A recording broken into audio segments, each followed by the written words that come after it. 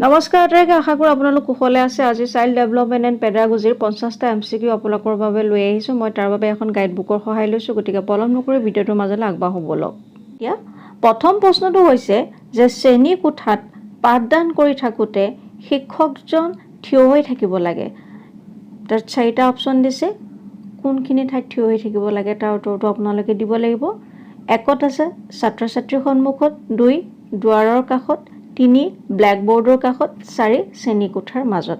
গতিকে ইয়াৰ উত্তৰ হ'ব আপোনাৰ 1টো শ্ৰেণী কোঠাত পাঠদান কৰি থাকোঁতে শিক্ষকজন থিয় হৈ থাকিব লাগিব ছাত্ৰ ছাত্ৰীৰ সন্মুখত। দ্বিতীয়টো প্ৰশ্ন, যদি চোকা বুদ্ধিৰ ছাত্ৰ এজনে শ্ৰেণীত বিশৃংখলতাৰ সৃষ্টি কৰে তেতিয়া আপুনি 1 তেওঁৰ কামলৈ মন নিদিব, 2 তেওঁক শাস্তি দিব, 3 তেওঁৰ সমস্যাটো বুজিবলৈ চেষ্টা কৰিব, 4 অধ্যক্ষ প্ৰধান শিক্ষকৰ ওচৰত অভিযোগ কৰিব। ইয়াৰ উত্তৰটো হ'ব 3। যদি চোকা বুদ্ধিৰ ছাত্ৰ এজনে শ্ৰেণীত কিবা এটা বিশৃংখলতাৰ সৃষ্টি কৰে, আপুনি যে ভাবিব যে ল'ৰাটো এইটো ভাল ল'ৰা, ই আজি কিয় এনেকুৱা ধৰণৰ এটা পৰিৱেশৰ সৃষ্টি কৰিছে। গতিকে সেইটো আপুনি কি কৰিব, আলোচনা কৰিবলৈ আপুনি চেষ্টা কৰিব আৰু তাৰ বাবে কি কৰিব লাগিব, তেওঁৰ সমস্যাটো আমি কি কৰিব লাগিব, বুজিবলৈ চেষ্টা কৰিব লাগিব। তৃতীয়তে, এজন ছাত্ৰই একেৰাহে 2 বছৰ একেটা ক্লাছতে ফেইল কৰিছে। শ্ৰেণী শিক্ষক হিচাপে তেনে অৱস্থাত আপোনাৰ দায়িত্ব হ'ব গালি শপনি পাৰি তেওঁক বুজাবলৈ চেষ্টা কৰিব। দ্বিতীয়তে আছে তেওঁক পঢ়া শুনা বাদ দি বেলেগ কিবা কৰিবলৈ উপদেশ দিব। তৃতীয়তে আছে তেওঁৰ বিফলতাৰ মূল কাৰণবোৰ বিচাৰি উলিওৱা। চতুৰ্থতে, এনে ক্ষেত্ৰত এজন শিক্ষকৰ কৰিব লগা একো নাই। এতিয়া ইয়াৰ উত্তৰটো হ'ব, আপোনালোকে নিশ্চয় জানিছে, ইয়াৰ উত্তৰটো হ'ব লাগিব 3টো, যে তেওঁৰ বিফলতাৰ মূল কাৰণবোৰ কি কৰিব লাগিব, বিচাৰি উলিয়াব লাগিব। চাওক, এই চাইল্ড ডেভেলপমেণ্ট আৰু পেডাগজিৰ পাৰ্টটোৰ এই প্ৰশ্নখিনি আপোনালোকে যেতিয়াই পাই যাব ন, নিজেই তাৰ উত্তৰসমূহ অকণমান চিন্তা কৰিলে উত্তৰসমূহ তাৰ কি কৰি যাব, আপোনালোকে পাৰি যাব। ইয়াত এইখন পেপাৰত নম্বৰ উঠাবলৈ ভাল, মোৰ দৃষ্টিত যে মই ভাল পাওঁ, তাৰমানে সেইকাৰণে কৈছোঁ, কাৰণ এইখিনি আপোনালোকে অনুমান কৰিলে ইয়াৰ উত্তৰটো আপোনালোকৰ মাজৰ পৰাই ওলাই যাব। 4 নম্বৰত আছে, ভাল ছাত্ৰক উৎসাহিত কৰিবলৈ আপুনি তেওঁলোকক প্ৰশংসা কৰিব। তৃতীয়তে, তেওঁলোকক কিছুমান কামৰ দায়িত্ব দিব। তৃতীয়তে, তেওঁলোকৰ লগত বন্ধুত্বসুলভ ব্যৱহাৰ কৰিব। চতুৰ্থতে, ওপৰৰ কেওটা কাম কৰিব। গতিকে এই 4 নম্বৰ যিটো হয় সেইটো উত্তৰটো আপোনাৰ 4 নম্বৰ। এই 3টা কাম, ওপৰৰ যি 3টা কাম, প্ৰশংসা কৰা, তেওঁলোকক কিছুমান নতুন কামৰ দায়িত্ব দিয়া, তেওঁলোকৰ লগত বন্ধুত্বসুলভ কি কৰিব লাগিব, ব্যৱহাৰ কৰিব লাগিব, এই ভাল ছাত্ৰসমূহক, যিসমূহক আমি উজা ছাত্ৰ বুলি কওঁ। গতিকে ইয়াৰ উত্তৰটো হ'ব 4 নম্বৰটো। পঞ্চমতে, বিদ্যালয়ৰ শিক্ষক অভিভাৱকৰ সৈতে এজন শিক্ষক হিচাপে আপুনি 1 অধ্যক্ষৰ মতামত নিৰ্দেশনা উপস্থাপন কৰিব। দ্বিতীয়তে, বিদ্যালয়ৰ ত্ৰুটিপূৰ্ণ নীতিৰ বৰ্ণনা কৰিব। তৃতীয়তে, সক্ৰিয়ভাৱে অংশ ল'ব। চতুৰ্থতে, অভিভাৱকৰ পক্ষ ল'ব। এতিয়া বিদ্যালয়ৰ শিক্ষক আৰু অভিভাৱকৰ মাজৰ যিটো সম্পৰ্ক, সেই ক্ষেত্ৰত আমি শিক্ষক হিচাপে আপোনাৰ মানে ভূমিকাটো কি, এইটো সুধিছে। গতিকে নিশ্চয় এজন শিক্ষক যিহেতু সমাজৰ লগতো জড়িত হ'ব লাগে, গতিকে ইয়াৰ উত্তৰটো হ'ব 3টো। শিক্ষক আৰু অভিভাৱকৰ ক্ষেত্ৰত এজন শিক্ষকে কি কৰিব লাগিব, সক্ৰিয়ভাৱে অংশ ল'ব লাগিব। 6 নম্বৰ, জ্ঞান, অভিজ্ঞতা আৰু গৱেষণাৰ উপৰি শিক্ষাদানত আৰু কিহৰ প্ৰয়োজন। জ্ঞান, অভিজ্ঞতা আৰু গৱেষণাৰ উপৰি শিক্ষাদানত আৰু কিহৰ প্ৰয়োজন আপোনালোকক সুধিছে। ইয়াত 4টা অপশ্যন দিছে। 1 দক্ষতা, 2 আদৰ্শবাদ, 3 আধুনিক দৃষ্টিভংগী, 4 ধৈৰ্য। গতিকে ইয়াত আপোনাৰ লাগিব যে জ্ঞান, অভিজ্ঞতা আৰু গৱেষণাৰ উপৰি আপোনাৰ এজন শিক্ষকক কি লাগিব, দক্ষতা লাগিব। 7 নম্বৰ, এজন শিক্ষকে তেওঁৰ জ্ঞান সাম্প্ৰতিক কৰি ৰাখিবলৈ, মানে আপ টু ডেট কৰি ৰাখিবলৈ তেওঁ কি কৰিব লাগিব, শৈক্ষিক আলোচনা চক্ৰত সক্ৰিয়ভাৱে অংশ লোৱা উচিত। 2 শেহতীয়া সাহিত্য সম্ভাৰ পঢ়া উচিত। 3 দৈনিক বাতৰি কাকত নিয়মীয়াকৈ পঢ়া উচিত। 4 ওপৰৰ কেওটা কাম কৰা উচিত। এইটো আপোনালোকে নিশ্চয় জানিব। ইয়াৰ উত্তৰটো হ'ব যে ওপৰৰ কেওটা কাম কৰিবই লাগিব। এজন শিক্ষকে নিজক আপ টু ডেট কৰি ৰাখিবলৈ হ'লে এই ওপৰৰ যিকেইটা আছে 1, 2, 3, এই 3টা পইণ্টৰ লগত তেওঁ কি কৰিব লাগিব, তেওঁ যোগাযোগ ৰাখিব লাগিব। অষ্টমতে, এজন ছাত্ৰক শাস্তি দিয়াৰ পাছত আপুনি গম পালে যে ছাত্ৰজন আছিল নিৰ্দোষী, তেনে অৱস্থাত আপুনি কি কৰিব, তেওঁক দোষিত বুলি ক'ব 2 অনুশোচনা কৰিব, 3 একো নকৰে, 4 অকলশৰীয়া অৱস্থাত তেওঁৰ সন্মুখত আপুনি নিজৰ দোষ স্বীকাৰ কৰিব। এতিয়া এই প্ৰশ্নটোত আমাৰ দুটাত খেলিমেলি হ'ব যে একত হয়তো তেওঁক দুখিত বুলি ক'ব বা নহ'লে 4টোতলৈও আপোনাৰ মনটো যাব যে অকলশৰীয়া অৱস্থাত তেওঁৰ সন্মুখত নিজৰ দোষ স্বীকাৰ কৰা হ'ব। কিন্তু ইয়াৰ উত্তৰটো হ'ব খেলিমেলি নকৰিব, 1 নম্বৰটো তেওঁক দুখিত বুলি ক'ব। নৱমতে আছে যে শ্ৰেণীকোঠাৰ পৰিৱেশ তেতিয়াহে শান্ত হৈ থাকে যেতিয়া শিক্ষাৰ্থীসকল যেতিয়া মনোযোগী আৰু সহযোগী হয়। দ্বিতীয়তে শিক্ষাৰ্থীয়ে শিক্ষকলৈ ভয় কৰে। তৃতীয়তে শিক্ষাৰ্থী আৰু শিক্ষকৰ মাজত সৌহাৰ্দ্যপূৰ্ণ সম্পৰ্ক বিৰাজ কৰে। চতুৰ্থতে কঠোৰ অনুশাসন থাকে। এতিয়া 9 নম্বৰটো আপোনালোকে জানিছে যে শ্ৰেণীকোঠাৰ পৰিৱেশ শান্ত হৈ থাকিবলৈ কি কৰিব লাগিব? 3 শিক্ষাৰ্থী আৰু শিক্ষকৰ মাজত এটা ভাল সম্পৰ্ক বিৰাজ কৰিব লাগিব, তেতিয়াহে শ্ৰেণীকোঠাৰ পৰিৱেশটো শান্ত হৈ থাকিব।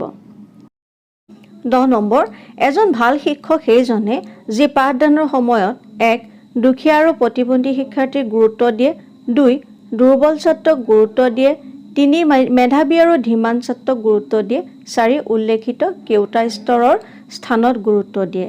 ইয়াৰ উত্তৰটো হ'ব 4টো, কাৰণ এজন ভাল শিক্ষকে এই দুখীয়া প্ৰতিবন্ধীৰ পৰা ধৰি দুৰ্বল ছাত্ৰৰ পৰা ধৰি মেধাৱী ধীমান ছাত্ৰ সকলোকে সমানে গুৰুত্ব দিব লাগিব, তেতিয়াহে পাঠদান ফলপ্ৰসূ হ'ব। গতিকে ইয়াৰ উত্তৰটো হ'ব 4। 11 নম্বৰলৈ, সম্পদ আহৰণৰ ক্ষেত্ৰত আপুনি কি বিচাৰিব? টিভি আৰু ৰেফ্ৰিজাৰেটৰ, দামী সোফা ছেট, গাড়ী, 4ত আছে এটা সৰু পুথিভঁৰাল।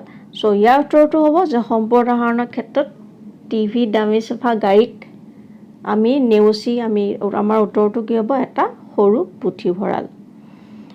12ত আছে এজন সফল শিক্ষক নিশ্চয়কৈ হোৱা উচিত, মৃদুভাষী, সকলো দিশৰ পৰা ছাত্ৰৰ বাবে আকৰ্ষণীয়, প্ৰভাৱশীল ব্যক্তিত্বৰ অধিকাৰী, 4 ছাত্ৰৰ শুভাকাংক্ষী।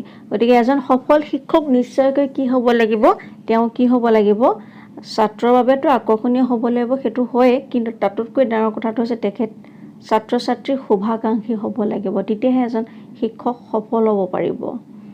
13 এজন শিক্ষক হিচাপে ধৰ্মগত সম্পৰ্কে আপোনাৰ ধাৰণা? যিকোনো সমস্যাৰ ধৰ্মগতেই একমাত্ৰ সমাধান, ই দেশৰ প্ৰগতিত বাধা জন্মায়, 3 শিক্ষকতাৰ দ্বাৰা সম্ভ্ৰান্ত বৃত্তিৰ ই পৰিপন্থী, 4 ই শেষ পন্থা। এতিয়া কি ভাবিছে আপোনালোকে? কি হ'ব ইয়াৰ উত্তৰত? এজন শিক্ষক হিচাপে ধৰ্মগত সম্পৰ্কে আপোনাৰ ধাৰণা কি হ'ব? ইয়াৰ উত্তৰটো হ'ব 3 যে শিক্ষকতাৰ দৰে সম্ভ্ৰান্ত বৃত্তিৰ ই পৰিপন্থী, 3। 14 যদি এজন বিজ্ঞানৰ শিক্ষকে শ্ৰেণীত কোনো বৈজ্ঞানিক পৰীক্ষাত আশা কৰা মতে ফল লাভ নকৰে, তেতিয়া তেওঁ যদি এজন বিজ্ঞানৰ শিক্ষকে শ্ৰেণীত কোনো বৈজ্ঞানিক পৰীক্ষাত আশা কৰা মতে ফল লাভ নকৰে, তেতিয়া তেওঁ কি কৰিব? ছাত্ৰক পাঠ্যপুথিৰ নিৰ্দিষ্ট অংশটো ভালকৈ পঢ়িবলৈ ক'ব। দ্বিতীয়তে ছাত্ৰক খোলোচাকৈ ক'ব যে এই পৰীক্ষাত সফল নহ'ল আৰু এতিয়া সকলোৱে মিলি ইয়াৰ ত্ৰুটিটো ক'ত বিচাৰি উলিয়াব লাগিব। পৰীক্ষাটোৰ বিফলতাৰ কথা নজনাই ছাত্ৰক পুনৰ পৰীক্ষাত বহিবলৈ নিৰ্দেশ দিব। 4 ওপৰৰ কেওটা শুদ্ধ। এতিয়া যদি বিজ্ঞান শিক্ষক এজনে শ্ৰেণীত কোনো বৈজ্ঞানিক পৰীক্ষাত আশা কৰা মতে যদি ভাল ফল লাভ নকৰে, তেতিয়া কি কৰিব? ইয়াৰ উত্তৰটো দ্বিতীয়টো। ইয়াৰ উত্তৰটো হ'ব 2 নম্বৰটো। ইয়াৰ উত্তৰটো হ'ব 2 নম্বৰটো যে ছাত্ৰজনক খোলোচাকৈ ক'ব যে এই পৰীক্ষাত তেওঁ সফল নহ'ল আৰু এই সকলোবোৰ মিলি তেওঁৰ যিবোৰ ভুল ত্ৰুটি আছে সেইবিলাক কি কৰিব? বিচাৰি উলিয়াব। এতিয়া আহিলোঁ 15 নম্বৰ প্ৰশ্নটোলৈ। যদি আপোনাক বিদ্যালয়খনৰ আটাইতকৈ দুৰ্বল শাখাটোৰ ক্লাছ ল'বলৈ দিয়া হয়, তেতিয়া আপুনি কেনে অনুভৱ কৰিব? 1 কঠোৰ পৰিশ্ৰমেৰে পঢ়া শুনা কৰাটো শিক্ষাৰ্থীৰ কৰ্তব্য, যি এনে নকৰে তেওঁ পৰীক্ষাত উত্তীৰ্ণ হ'ব নোৱাৰে। আপুনি সেইবুলি ভাবিব নেকি যে কঠোৰ পৰিশ্ৰমেৰে পঢ়া শুনা কৰিলেহে শিক্ষাৰ্থীয়ে ভাল হ'ব, যদি সিহঁতে নপঢ়ে ক'ত উত্তীৰ্ণ হ'ব এইখন গাধখন? এনেকৈ ভাবিব নেকি? নে দ্বিতীয়তে মোৰে দুৰ্ভাগ্য, এইটোৰ ৰুমত মোক ক্লাছ কৰিব দিলে। 3 নম্বৰ পাঠদান কৰাটো মোৰ কৰ্তব্য, মই পঢ়ুৱাম। তৃতীয়তে ভাবিব এইটো মোৰ কৰ্তব্যই আৰু মোক দিছে, গতিকে মই পঢ়ুৱাম, সিহঁতে পাৰে নোৱাৰে সেইটো পিছৰ কথা। নে চতুৰ্থ, নে এনে এটা প্ৰত্যাহ্বান পাই আনন্দিত হ'ম আৰু সানন্দে ইয়াক গ্ৰহণ কৰিম? কোনটো? নিশ্চয় আপোনালোকে শুদ্ধ অৰ্থই ভাবিছে এইটো 4। এজন শিক্ষক হিচাপে আমি এই প্ৰত্যাহ্বানক কি কৰিব লাগিব আনন্দিত হ'ব লাগিব প্ৰত্যাহ্বান পাই আৰু আনন্দ এটা কি কৰিব লাগিব গ্ৰহণ কৰিব লাগিব যদি কোনোবাই আপোনাৰ 16 নম্বৰ দে যদি কোনোবাই আপোনাৰ দৃষ্টিভংগীৰ সমৰ্থন নকৰে তেতিয়া তেওঁৰ লগত ৰুক্ষ ব্যৱহাৰ কৰিব তেওঁক আপোনাৰ বিৰোধী বুলি ক'ব বা বিৰোধী বুলি ভাবি ল'ব তৃতীয়তে আপোনাৰ দৃষ্টিভংগী প্ৰাসংগিকতা বুজাই তেওঁক পতিয়ন নিয়াবলৈ যত্ন কৰিব চতুৰ্থতে তেওঁক পিছপৰা আৰু ৰক্ষণশীল বুলি বিবেচনা কৰি একো কথাই নাপাতিব গতিকে এইটো প্ৰশ্নৰ উত্তৰ হ'ব যদি আপোনাৰ দৃষ্টিভংগী কোনোবাই সমৰ্থন নকৰে তেতিয়াহ'লে আপুনি কি কৰিব লাগিব যে আপোনাৰ এইটো 3 নম্বৰ উত্তৰ হ'ব যে আপোনাৰ দৃষ্টিভংগীৰ প্ৰাসংগিকতাটো বুজাই তেওঁক পতিয়ন নিয়াবলৈ কি কৰিব লাগিব যত্ন কৰিব লাগিব 17 মনোবিজ্ঞানী গাৰ্ডেনাৰে বুদ্ধিমত্তাৰ 7টা তালিকা কৰিছে কোনে কৰিছে মনোবিজ্ঞানী গাৰ্ডেনাৰে বুদ্ধিমত্তাৰ 7টা তালিকা কৰিছে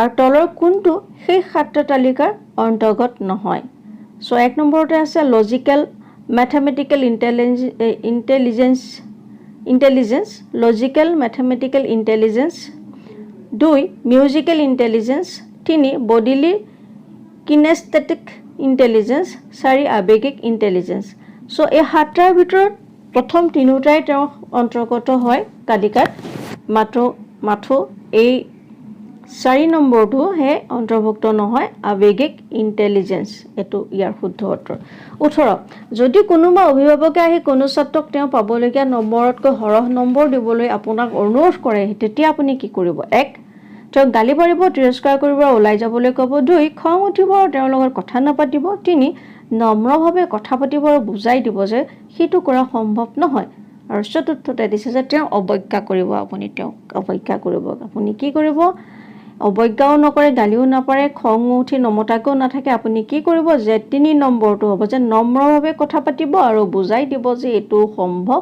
নহয় 19 বাছ পলমভাৱে আপুনি স্কুল আহি পাওঁতে দেৰি হ'ব তেনে অৱস্থাত আপুনি কি কৰিব অধ্যক্ষ প্ৰধান শিক্ষকক কথাটো জনাই অনুমতি ল'ব নে 2 একো নকৰিব 3 বেলেগ ব্যৱস্থা কৰিব 4 যেনেদৰে আছে তেনেদৰে থাকিবলৈ দিব ইয়াতে আমাৰ এটা কনফিউজন হ'ব আমি কি কৰিম হয় 1 আৰু 3 মাজত আমাৰ কনফিউজন হ'ব যে আমাৰ পলম হ'ব যিহেতু গতিকে আমি প্ৰধান শিক্ষকক জনাই থওঁ যে স্যাৰ আমাৰ পলম হ'ব বাইদেউ আমাৰ পলম হ'ব গৈ পাওঁতে নে আমি বেলেগ ব্যৱস্থা কৰি যাবলৈ চেষ্টা কৰিম কিন্তু এইটো প্ৰশ্নৰ উত্তৰ আমি 1 আৰু 3 মাজত খেলি মেলি নকৰি আমি কাৰেক্ট উত্তৰটো দিব লাগিব যে বেলেগ ব্যৱস্থা কৰিব বাছ যেহেতু পলম হ'ব গতিকে আমি বেলেগ ব্যৱস্থা কৰি স্কুললৈ অহাৰ চিন্তা কৰিব লাগিব 20 ছাত্ৰসকল সদায় শিক্ষকৰ বিৰোধী এই সম্পৰ্কত আপোনাৰ মতামত কি এজ এ টিচাৰ আপোনাৰ কি মতামত হ'ব যে ছাত্ৰসকল সঁচাকৈ শিক্ষকৰ বিৰোধী নেকি তাৰ 4টা অপচন দিছে চাওঁ আহক 1 নহয় তেওঁলোক শিক্ষকৰ বিৰোধী নহয় 2 নহয় তেওঁলোক শিক্ষা ব্যৱস্থাৰটোহে বিৰোধী যি তেওঁলোকৰ ৰুচি উপেক্ষাৰ ওলাই কৰে তৃতীয়তে হয় কাৰণ শিক্ষকে ছাত্ৰসকলক তেওঁলোকে বিচৰা বাটেৰে যাবলৈ বাধা দিয়ে 4 হয় কাৰণ তেওঁলোকে শিক্ষকৰ অনুশাসন ভাল নাপায় সো 20 নম্বৰটো উত্তৰ হ'ব কি যে নহয় ছাত্ৰসকল সদায় শিক্ষকৰ বিৰোধী নহয় ছাত্ৰসকল মাত্ৰ শিক্ষা ব্যৱস্থাটোৰ বিৰোধী যে তেওঁলোকৰ কি হৈছে ৰুচিক অপেক্ষা আৰু কি কৰিছে ওলাই কৰিছে ভাগৰ আৰু অৱসাদৰ বাবে আপোনাৰ পাঠদান কৰিবলৈ মন যোৱা নাই তেনে অৱস্থাত শিক্ষাৰ্থীসকলক খেলিবলৈ দিব দ্বিতীয়তে তেওঁলোকক এটা সাধু ক'ব তৃতীয়তে আপোনাৰ সহকৰ্মী এজনক আপোনাৰ হৈ পাঠদান কৰিবলৈ অনুৰোধ কৰিব চতুৰ্থতে শিক্ষাৰ্থীসকলক ঘৰলৈ যাবলৈ দিব সো ইয়াৰ অৰ্থটো হৈছে দ্বিতীয়টো তেওঁলোকক এটা সাধু ক'ব আপুনি তেনেকৈ সেই ভাগৰ সময়খিনি আপুনি কি কৰিব লাগিব পাৰ কৰিব লাগিব 22 এজন শিক্ষক হিচাপে শিক্ষকৰ দৰমহা বৃদ্ধিৰ বাবে আপুনি কি ব্যৱস্থা ল'ব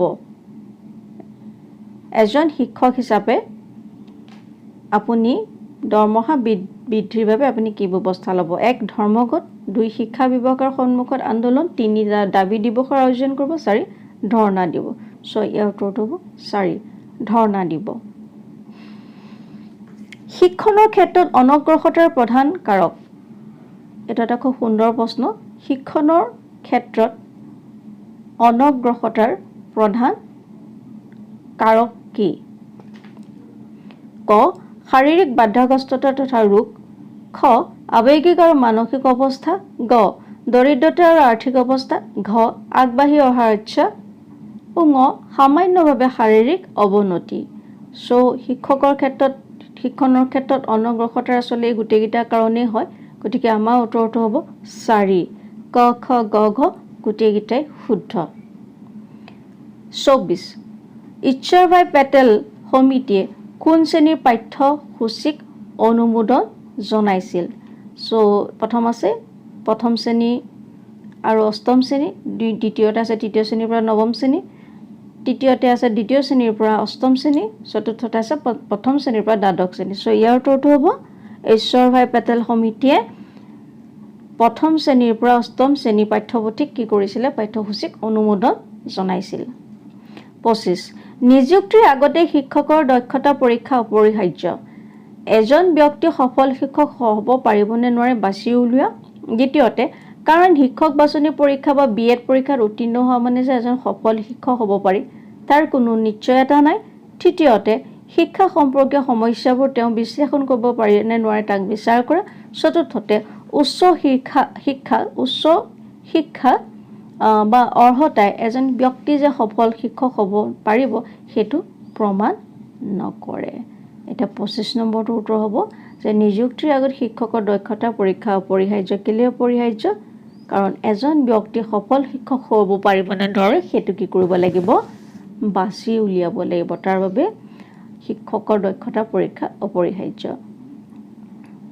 এতিয়া আছে 26 নম্বৰ যদি কোনো ছাত্ৰই আপোনাৰ লগত বেয়া ব্যৱহাৰ কৰে তেতিয়া ঠিক স্কুলৰ পৰা বহিষ্কাৰ কৰিবলৈ চেষ্টা কৰিব তেওঁ তেনে ব্যৱহাৰে কৰিব 3 তেওঁৰ বিৰুদ্ধে অধ্যক্ষ প্ৰধান শিক্ষকৰ ওচৰত অভিযোগ কৰিব তেওঁ ক্ষমা কৰি দিব আৰু বিষয়টো পাহৰি যাব 26 নম্বৰটো উত্তৰটো হ'ব 4 যে তেওঁক আপোনালোকে ক্ষমা কৰি দিব আৰু বিষয়টো কি হ'ব পাহৰি যাবলৈ চেষ্টা কৰিব 27 নম্বৰ এজন ছাত্ৰই যদি আপোনাক তেওঁৰ ঘৰলৈ যাবলৈ অনুৰোধ কৰে তেতিয়া 1 যদি কোনোবা বিশেষ ছাত্ৰ হয় আপুনি যাব মানে আপোনাৰ যদি প্ৰিয় ছাত্ৰ হয় পঢ়া শুনাত ভাল বা তেওঁৰ ঘৰখনৰ মাক দেউতাক ধনী মানুহ হা সেইকাৰণে আপুনি যাব নেকি বা দ্বিতীয়তে আপুনি তেওঁক ক'ব যে আপোনাৰ সময় নাই বা আপোনাৰ ইচ্ছা নাই কাৰণে আপুনি ক'লে যে সময় নাই বা তৃতীয়তে আপুনি কেতিয়াও নাযায় কাৰণ মই ছাত্ৰ ঘৰলৈ কিয় যাম মই নাযাওঁ হয় এনেকৈও ধৰক আপুনি ভাবিব পাৰে চতুৰ্থতে সাধাৰণভাৱে আপুনি তেওঁৰ ইচ্ছাক সন্মান জনাব আৰু পৰিস্থিতি অনুসৰি সিদ্ধান্ত ল'ব গতিকে উত্তৰটো আপোনালোকে পাই গ'ল 4 নম্বৰটো সাধাৰণভাৱে আমি কি কৰিব লাগিব আমি ছাত্ৰজনৰ ইচ্ছাক সন্মান জনাব লাগিব আৰু পৰিস্থিতি অনুসৰি আমি তেওঁৰ ঘৰলৈ যোৱা নোযোৱাটো আমি সিদ্ধান্ত ল'ব লাগিব এজন অভিজ্ঞ শিক্ষকে তেওঁৰ পাঠদান অধিক আকৰ্ষণীয় কৰিব পাৰে ঘৰত কৰিবলৈ হোমৱৰ্ক নিদিয়ে শ্ৰেণীকোঠাত নিয়মানুৱৰ্তিতা বজাই নাৰাখে ঘৰত পাঠ সাজু কৰি নাহে এজন অভিজ্ঞ শিক্ষকে কি কৰিব হোমৱৰ্ক কৰিবলৈ নিদিবনে শ্ৰেণীকোঠাত নিয়মানুৱৰ্তিতা বজাই নাৰাখিবনে নে ঘৰত তেওঁ লেছন প্লানটো কৰি নাহিব ল'ৰা ছোৱালীক পঢ়াবলৈ কি কৰিব সো ইয়াৰ কোনটো হ'ব 2 3 4 ভুল উত্তৰটো হ'ব 1 যে এজন অভিজ্ঞ শিক্ষকে পাঠদানটো কি কৰিব পাৰে অধিক আকৰ্ষণীয় কৰি তুলিব পাৰে 29তে আপুনি কিয় ভাবে যে শিক্ষকতা এটা সন্মানজনক কাম ইয়াৰ অপচন দিছে 1 কিয়নো শিক্ষকে সমাজৰ পৰা এক সুকীয়া সন্মান পায় 2 কিয়নো শিক্ষকৰ দৰমহা বেছি 3 কিয়নো শিক্ষকৰ বন্ধ বেছি 4 কিয়নো ছাত্ৰই শিক্ষকক সমীহ কৰে এটা আপুনি কিয় ভাবে সমীহ কৰাৰ বাবে সন্মানজনক হ'ব নেকি নে শিক্ষকৰ বন্ধ বেছি বুলি নে শিক্ষকৰ দৰমহা বেছি বুলি কোনটো হ'ব ইয়াৰ উত্তৰটো হ'ব 1 কিয়নো শিক্ষকে সমাজৰ পৰা এক সুকীয়া সন্মান পায় 30ত আছে শিক্ষকতা বৃত্তিয়ে প্ৰদান কৰে 1 জ্ঞান 2 আয়ৰ সুযোগ 3 চাকৰি নিৰাপত্তা 4 সুকীয়া সন্মান ইয়াৰ শিক্ষকতা বৃত্তিয়ে প্ৰদান কৰে কি হ'ব 4 নম্বৰটো হ'ব 30 শিক্ষাৰ অধিকাৰ আইন 2009 বা শিশুৰ বাবে বিনামূলীয়া আৰু বাধ্যতামূলক শিক্ষাৰ অধিকাৰ আইন 2009 ভাৰতত বলবৎ হয় 1 এপ্ৰিল 2010 2 2009 3 2011 4 51 হয় এইটো আপোনালোকে নিশ্চয় জানে এইটো হ'ব 1 নম্বৰটো যে 1 এপ্ৰিল 2010 এপ্ৰিল 2010তে 2009 বা শিশুৰ বাবে বিনামূলীয়া বাধ্যতামূলক শিক্ষাৰ অধিকাৰ আইনখন ভাৰতত বলবৎ হৈছিল 32 সাধাৰণতে এটা শিশুৰ মগজুৱে পৰিপূৰ্ণতা লাভ কৰে 3 বছৰত 6 বছৰত 11 বছৰত 18 বছৰত সো ইয়াৰ উত্তৰটো কাৰেক্ট উত্তৰটো হ'ব 2 6 বছৰত 33 শিশুৰ বিকাশত প্ৰভাৱ পেলোৱা সকলো কাৰককে পৰিৱেশ আৰু বংশানুক্ৰম এই দুটা ভাগত ভাগ কৰিব পাৰি এই মন্তব্য কাৰ এই মন্তব্য 1 বৰিং 2 উডৱৰ্ড 3 ডগলাছ 4 হলেণ্ড শিশুৰ বিকাশত প্ৰভাৱ পেলোৱা সকলো কাৰককে পৰিৱেশ আৰু বংশানুক্ৰম এই দুটা ভাগত ভাগ কৰিব পাৰি এইটো কাৰ মন্তব্য এইটো হ'ল বৰিঙৰ মন্তব্য এইটো উত্তৰ 1টো শুদ্ধ 34 শিক্ষাদান প্ৰক্ৰিয়া তলৰ পৰিস্থিতি অনুসৰি পৰিৱৰ্তনীয় ৰাজনৈতিক পৰিৱৰ্তন সাংস্কৃতিক পৰিৱৰ্তন দাৰ্শনিক আদৰ্শ 4 কেউটা শুদ্ধ এটা কি সুধিছে যে শিক্ষাদান প্ৰক্ৰিয়া তলৰ পৰিস্থিতি অনুসৰি পৰিৱৰ্তনীয় কি পৰিস্থিতি অনুসৰি শিক্ষাদান প্ৰক্ৰিয়া পৰিৱৰ্তন হ'ব পাৰে ৰাজনৈতিকভাৱে নে সাংস্কৃতিকভাৱে নে দাৰ্শনিকভাৱে নে গোটেইকেইটা শুদ্ধ সো ইয়াৰ যে শিক্ষাদান প্ৰক্ৰিয়াৰ পৰিৱৰ্তনৰ ক্ষেত্ৰত ৰাজনৈতিকো জড়িত সাংস্কৃতিক দাৰ্শনিক এই তিনিটা এই কাৰকে জড়িত গতিকে ইয়াৰ উত্তৰটো হ'ব 4 কেউটা শুদ্ধ 35 অনুশিক্ষণ মাইক্ৰ টিচিং তলৰ কোনটোৰ লগত জড়িত 1 শিক্ষণ কৌশল 2 শিক্ষণ পদ্ধতি 3 শিক্ষণ আৰ্হি বা নমুনা 4 কেউটা শুদ্ধ যেটা অনুশিক্ষণ তলৰ কোনটোৰ লগত জড়িত এটো হৈছে শিক্ষণ কৌশলৰ লগত জড়িত এটা 1 নম্বৰটো শুদ্ধ 36 প্ৰশ্ন উত্তৰৰ কৌশলৰ জনক কোন প্ৰশ্ন উত্তৰৰ কৌশলৰ জনক কোন সক্ৰেটিছ প্লেটো এৰিষ্টটল এজনো নহয় ইয়াৰ উত্তৰ হ'ব সক্ৰেটিছ 37 শিক্ষণ প্ৰক্ৰিয়াৰ প্ৰকৃতি হ'ল সামাজিক ঐতিহাসিক ভৌগোলিক বৈজ্ঞানিক শিক্ষণ প্ৰক্ৰিয়াৰ প্ৰকৃতি কি হ'ব পাৰে সামাজিক হ'ব নে ঐতিহাসিক হ'ব নে ভৌগোলিক নে বৈজ্ঞানিক হ'ব সো ইয়াৰ উত্তৰটো হ'ব প্ৰক্ৰিয়াৰ প্ৰকৃতি হ'ল শিক্ষণ প্ৰক্ৰিয়াৰ প্ৰকৃতি হ'ল সামাজিক 38 তলৰ কোনটো উক্তি শিক্ষকৰ গুণ নহয় শিক্ষণে শিকাৰ প্ৰক্ৰিয়া অধিক আকৌ পঢ়ি দিছো প্ৰশ্নটো 38 তলৰ কোনটো উক্তি শিক্ষণৰ গুণ তলৰ 38 নম্বৰ এতিয়া 38 নম্বৰলৈ তলৰ কোনটো উক্তি শিক্ষণৰ গুণ নহয় 1 শিক্ষণে শিকাৰ প্ৰক্ৰিয়া অধিক ফলপ্ৰসূ কৰে দ্বিতীয়তে শিক্ষণৰ এটা মনোবৈজ্ঞানিক ভিত্তি আছে তৃতীয়তে শিক্ষণে ছাত্ৰক পথ প্ৰদৰ্শন কৰে চতুৰ্থতে যিকোনো ব্যক্তিয়ে শিক্ষকতা কৰিব পাৰে সো তলৰ উক্তি শিক্ষণৰ লগত 1টো হয় 2টো হয় 3টো হয় কিন্তু এই 4টো নহয় যিকোনো ব্যক্তিয়ে কি কৰিব নোৱাৰে শিক্ষকতা কৰিব নোৱাৰে এটো হৈছে 38ৰ উত্তৰ 39 যেতিয়া এজন ভাল শিক্ষকে ফ্ৰেণ্ড ফিলোসফাৰ এণ্ড গাইড হিচাপে কাম কৰে তেনে শিক্ষকৰ সিদ্ধান্তক কোৱা হয় ভাল শিক্ষণ 1 নম্বৰ আছে ভাল শিক্ষণ 2 সাধাৰণ শিক্ষণ 3 বন্ধুত্বসুলভ শিক্ষণ 4 মূল্যবোধৰ শিক্ষণ সো 39টো উত্তৰ হ'ব ভাল শিক্ষণ যেটা এজন শিক্ষকৰ ফ্ৰেণ্ড ফিলোসফাৰ এণ্ড গাইড হিচাপে কাম কৰে সেই শিক্ষকৰ সিদ্ধান্তটো ভাল শিক্ষণ বুলি ক'ব পাৰিব কাৰণ তেতিয়া ছাত্ৰজনেও বা ছাত্ৰীজনী খুব সুন্দৰভাৱে এটা ঘৰুৱা পৰিৱেশত কি হয় শিকিবলৈ পায়